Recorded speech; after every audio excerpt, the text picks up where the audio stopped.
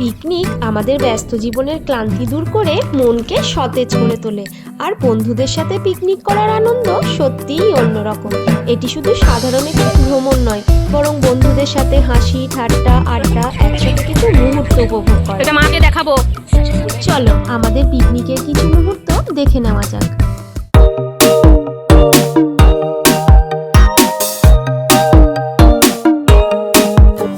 দিনটা ছিল 19শে জানুয়ারি, রবিবার।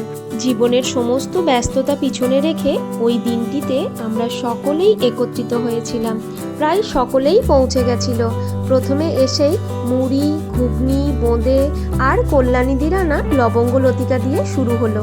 মুড়ি খাওয়ার পরেই দেখলাম মাটন কষা চলছে, আর এত সুন্দর গন্ধ বেরিয়েছে। একটু পরেই চলে এলো সবার প্রিয় গরম গরম চিকেন পকোড়া। তাই চিকেন পকোড়া যেখানে, ভিড়ও সেখানে।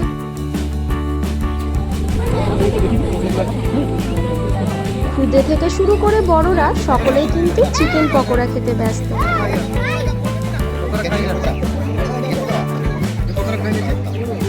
আর এসবের ফাঁকে একটু একটু সাজগোজটাই বা বাদ থাকে কেন? কল্যাণীদির হাতের ছোঁয়ায় মহুয়াদি আরও বেশি সুন্দর হয়ে উঠছে। পকোড়া খেতে খেতে হঠাৎই দেখা হয়ে গেল তিতলি সোনার সাথে। তোমরা যারা আমার বেনারসের ব্লগ দেখেছো তারা সকলেই তিতলি সোনাকে চিনবে। ভীষণ স্মার্ট আর সুইট একটা মেয়ে। আর এদিকে দেখো, এই দুজন বাবা মা বকবে বলে লুকিয়ে লুকিয়ে ঘাপটি মেরে বসে আইসক্রিম খাচ্ছে। আমার বেটুর তো প্রচুর ঠান্ডা লেগে আছে, তাও আমি বকবো বলে লুকিয়ে লুকিয়ে দেখো আইসক্রিম খাচ্ছে। আর এদিকে নীল নির্জনের ভিউটা দেখো, ভীষণই ভালো একটা পরিবেশ আর প্রচন্ড পরিমাণে হাওয়া দিচ্ছিল।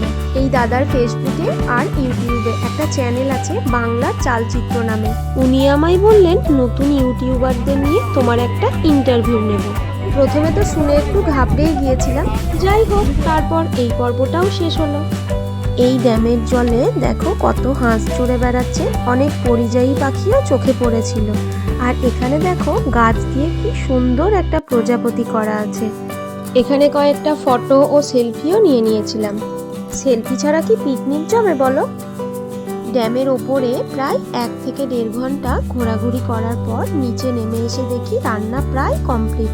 দেখো মাটনটার কি সুন্দর কালার হয়েছে। আর এদিকে প্রথম পাতে দেওয়ার জন্য পমফ্রেট ফ্রাই চলছে। এখানে মিক্সড ভেজ রয়েছে, আরও রয়েছে ফ্রাইড রাইস, এখানে রয়েছে চাটনি, ওখানে স্যালাডটা ঢাকা রয়েছে। মাটন তো দেখালাম, আরও কি হয়েছে চলো খেতে খেতে দেখে নেওয়া যাক। এই দেখো বেটু এখানে আমার জন্য জায়গা করে রেখেছে। আর এখানে আমাদের এক দাদা আমাদেরকে পাতা দিয়ে দিচ্ছে। প্রথমেই স্যালাড দিয়ে দিল, তারপরেই চলে এলো আমার বেটু প্রিয় পমফ্রেট ফ্রাই। গরম গরম পমফ্রেট ভেঙে আমাদের মহাভোজ শুরু হলো। আমরা মেয়েরা সকলেই বাচ্চা নিয়ে প্রথম ব্যাচে খেতে বসে গেছিলাম। ড্যামের ঠিক নিচের জায়গাটাতেই আমরা পিকনিক করতে বসেছিলাম। আর ওই যে উপরে সিঁড়ি বেয়ে আমরা গিয়েছিলাম বেড়াতে। এখানে একটা ময়ূরও রয়েছে দেখো।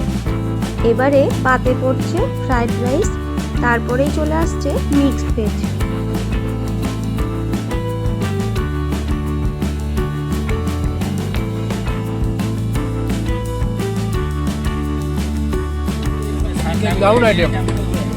আমাদের প্রত্যেকেরই খাবারের পদগুলো খুব ভালো লেগেছিল।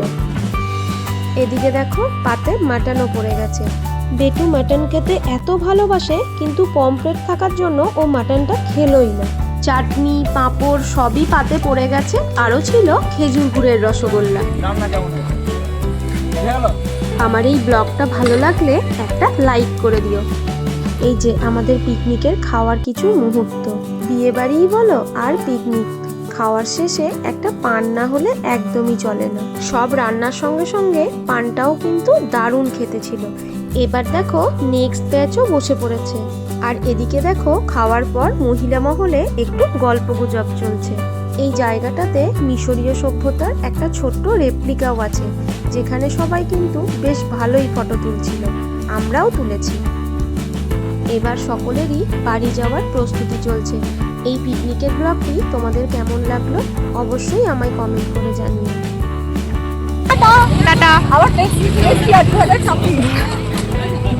আমরাও বেরিয়ে পড়লাম বাড়ির উদ্দেশ্যে।